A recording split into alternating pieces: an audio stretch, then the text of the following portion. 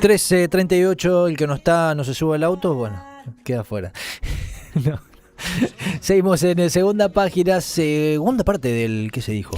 Sí, segunda parte del que se dijo acá. Bueno, decíamos, hubo adentro del recinto del Congreso, en el Senado, teníamos la sesión, sí, por la ley de propiedad privada. En la calle había marchas, sí, que hubo también tensión, ¿no? Incidente, enfrentamientos entre la policía y los manifestantes. Detenidos. También estuvo presente la CGT, que algunos planteaban, ¿no? Algunos dirigentes, ¿no? De la CGT, una CGT tibia al inicio, ¿no? Del gobierno de Milei, y algunos decían también, en el gobierno de Alberto no apareció. Invernaron los muchachos. Lo cierto es que ahora volvieron a aparecer algunas figuras y en este caso tenemos la declaración de Pablo Moyano, secretario de Camioneros. La gente está concientizada que hay que estar en la calle. Muchas veces lo he dicho, que hay que defender la patria, la soberanía, la tierra en este momento. Creo que más allá del triunfo del pueblo argentino movilizado a no aprobarse el artículo de entrega de tierra, la lucha continúa, el modelo económico se sigue profundizando y hay que seguir estando en la calle. Mañana también vamos a estar acompañando la marcha de San Cayetano pidiendo paz, pan y trabajo, pero hoy venimos a expresar el rechazo a esta ley nefasta impuesta por el Fondo Monetario Internacional y se logró el primer objetivo, sacar el artículo de la venta de tierra. Así que bueno, seguimos luchando y seguimos estando en la calle. Hablaba de pan y trabajo el día de mañana. La situación está complicada. La gente no tiene más nada, está pasando muy mal. Y bueno, por eso la gente va a seguir llenando las plazas, las rutas, denunciando esta política de entrega. Lamentablemente muchas industrias están cerrando, pequeñas pymes, la industria textil, bueno, muchísimo, también el transporte.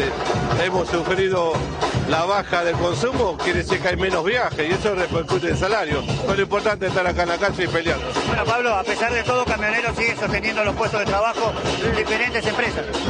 Sí, solamente tenemos un conflicto con la empresa Expresvir de Quilmes, hay 220 compañeros, pero hoy lo siguen pagando los sueldos Quilmes y vemos a ver cómo lo vamos a reubicar para que ningún trabajador pierda su trabajo. Hemos logrado garantizar las condiciones laborales de los compañeros patológicos de la provincia de Buenos Aires, estamos logrando adicionales, en los próximos días también una actividad muy importante, vamos a firmar un aumento adicional y bueno, seguimos luchando por los salarios, por los puestos de trabajo. Bueno, también otra de las voces. Pero pará, ¿dónde estaban? ¿En las canchas? Musicalizada estaba las declaraciones de Pablo Moyano, dirigente de Camioneros, con parecía la barra brava de alguna. Es que queda muy expuesto, ¿no? Queda muy expuesto. Esos no son trabajadores. No jodamos, o sea, la nota no son trabajadores, esos son barras que van a piacere de la política, no que murga, esos son barras. Gabriel Solano, que es dirigente del Partido Obrero, apuntó directamente a la CGT, dice el país no le cree más nada a la CGT, no es que no le creo yo a la CGT, no le cree el país, vayan a las fábricas, hablen con los trabajadores, no le creen, nosotros estamos peleando, pero otros sectores, no como el peronismo, que espera y dice que Milei va a caer solo. Esto lo plantean desde Partido Obrero y lo cierto es que bueno, son distintas voces que se sumaron ahí en la marcha. Y hablando de marcha, estuvo la celebración de San Cayetano y como sabemos, a 10 años de la primera marcha de San Cayetano, muchas organizaciones sociales, sindicatos volvieron a movilizarse con reclamos al gobierno, paz, pan, tierra, techo y trabajo. Obviamente hubo mucha movilización, peregrinación, largas filas en Liniers por este día, ¿no? La celebración de San Cayetano, y el que habló fue García Cuerva con fuertes críticas al gobierno. Nosotros, como aquel gentío, también venimos al santuario a ser curados, porque estamos un poco paralíticos cuando perdemos las ganas de seguir adelante y de buscar caminos de fraternidad y paz entre los argentinos. Estamos lisiados porque nos duelen las heridas del odio, de la descalificación constante y de la discriminación. Ciegos cuando vemos todo oscuro, desesperanzados, cuando la mirada está empañada de prejuicios, nublada de ideologismos que hacen análisis teóricos que luego se estrellan con la realidad cotidiana, que la gente sencilla y de a pie conoce muy bien porque la padece todos los días. Mudos, cuando ya no gritamos lo que nos duele, cuando pasiva y silenciosamente nos resignamos a que las cosas aumenten, el boleto de transporte público, las tarifas, los alquileres, los alimentos. Mudos cuando no reclamamos pacíficamente que el sueldo no nos alcanza y no decimos nada ante hermanos que revuelven la basura para comer. Atragantados de bronca porque parece que el bienestar económico nunca va a llegar al ciudadano común. Hay personas que deben tener entre 2 o más empleos para poder llegar a fin de mes, familias asfixiadas por los créditos. García Cuerva apuntó directamente a dirigentes que hablan y hablan de los pobres, pero no están cerca de sus necesidades. Esto fue el reclamo de García Cuerva, todo en sintonía porque, bueno, Diego, también sabemos, se anunció que va a venir el Papa León, ¿sí?, a la Argentina. Esto va a ser en noviembre, el 8 de noviembre, y de esto se está hablando, ¿no? De este mensaje que da García Cuerva. Parece que el bienestar económico nunca va a llegar al ciudadano común. La historia ahí está, fin. Ahí hay una palabra, nunca. No es de ahora, no es de hace 5 años, no es de hace 20. ¿Sí? Esto es un problema estructural de la Argentina, y el que siempre sangra es el más vulnerable, lo que dice García Cuerva. Alguien que se sumó a esta celebración de San Cayetano, también estuvo en la marcha ahí en el Congreso día anterior, es el gobernador de la provincia de Buenos Aires, Axel Kicillof, que habla de crueldad. Fue a la marcha de San Cayetano y también, bueno, habló del problema de los endeudados, los argentinos que están endeudados, y culpó al presidente Javier Milei. Bueno, esas leyes sábana, leyes ómnibus, leyes panfleto, que al final lo que van produciendo es que se vaya dando cuenta cada vez sectores más amplios de que hay que defender la soberanía y de que no pueden vivir rematando el país y favoreciendo intereses extranjeros. ¿Fue un triunfo para el gobierno lo que sucedió ayer o perdió? No, me parece que otro intento de impostar y de nuevo, creo que se está despertando y que está comprendiendo cada vez un sector más grande y más importante de nuestra sociedad, que este modelo nos lleva a un callejón sin salida y un desastre. Una verdadera situación ya de endeudamiento muy grave de millones y millones de personas. Le quiero explicar, miren, no hay que ponerse ni teórico ni economista, millones de microeconomías son la macro. Así que si no lo entiende Milei, la verdad que lo que está revelando es que juega para otro lado y patea para otro lado. Cuando muestra desinterés por la cantidad de personas que tienen deudas en aplicaciones o en tarjetas de crédito, ¿qué se le cruza por la cabeza? No, que el lío lo armó Milei.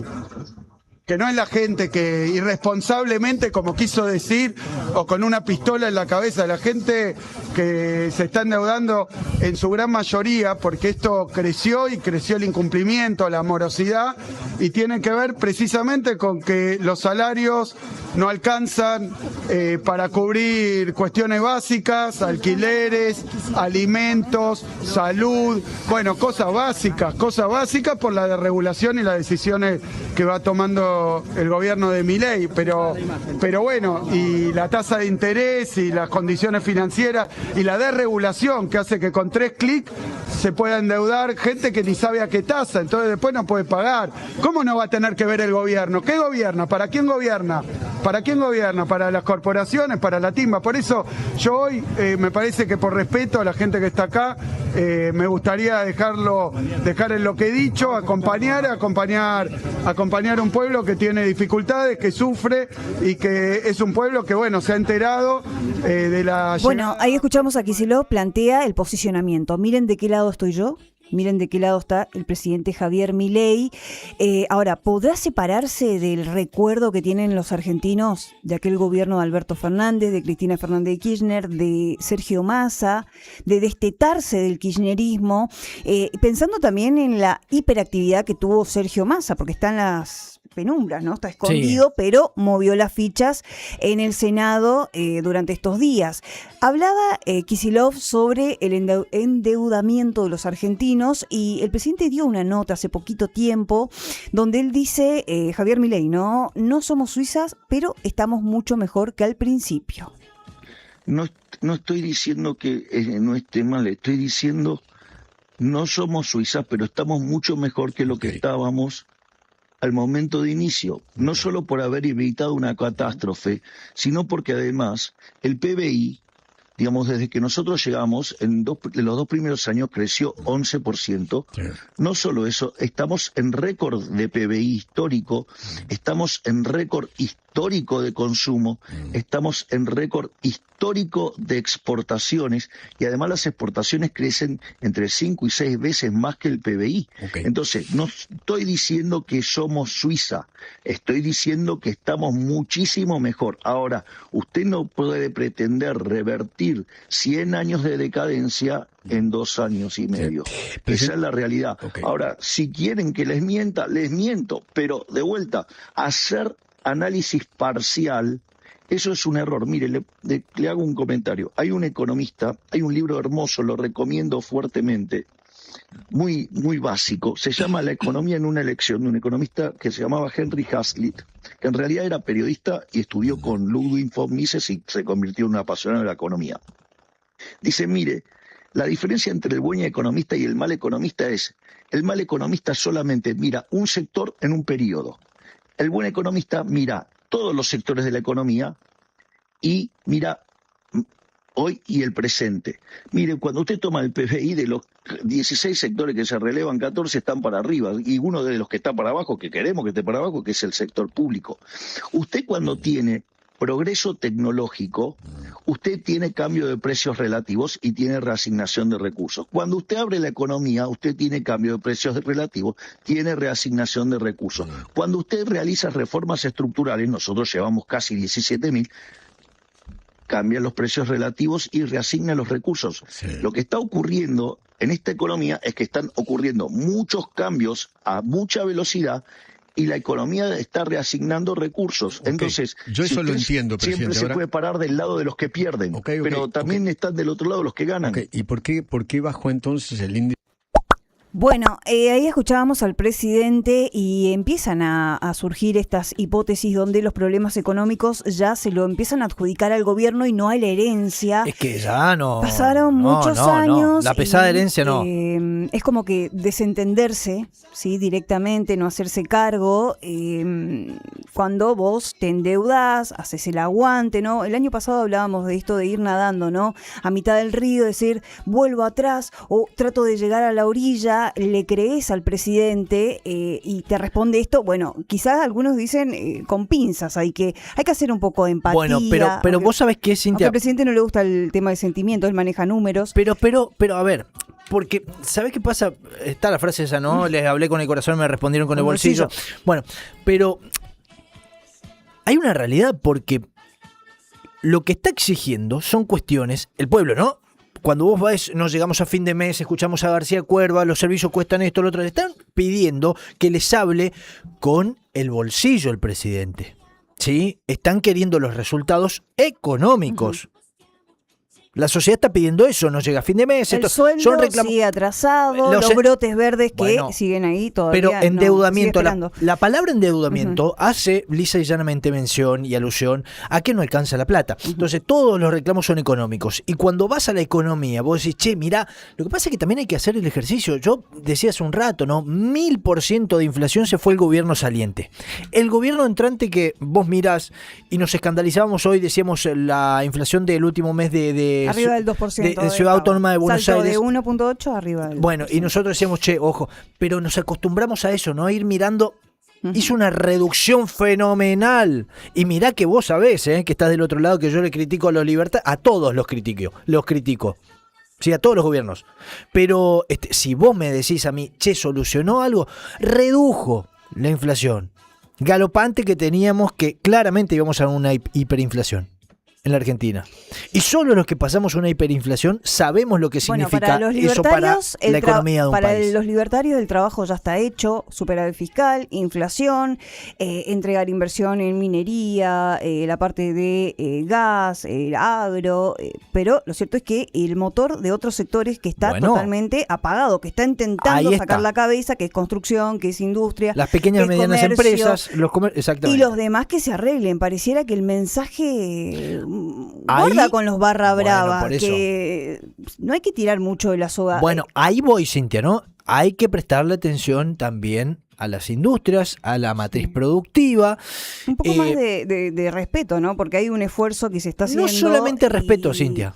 Se muestra muy insensible. Acciones. Hay cosas por corregir. Acciones. Tiene que accionar el gobierno ahí. Y las encuestas empiezan a hablar, ¿no? Obviamente la encuesta sabemos lo que es, ¿no? Pero los debates que se están dando hoy son estos, Diego. El gobierno está en su peor momento. Esto lo plantea, en este caso, Raúl Timerman. Vamos a escucharlo.